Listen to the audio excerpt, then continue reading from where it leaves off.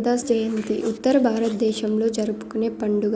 సాధువు మరియు కవి అయిన గురు రవిదాస్ జన్మదినాన్ని పంజాబ్లో గురు రవిదాస్ జయంతిగా ప్రాముఖ్యతను కలిగి ఉంది.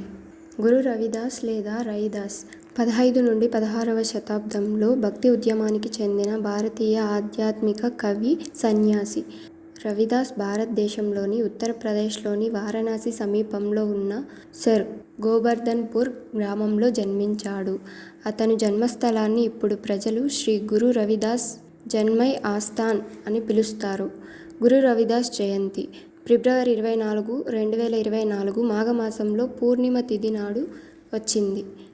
గౌరవనీయమైన సాధువు, కవి మరియు ఆధ్యాత్మిక నాయకుడు గురు రవిదాస్ జన్మదినాన్ని స్మరించుకోవడానికి ఈ పండుగను జరుపుకుంటాం.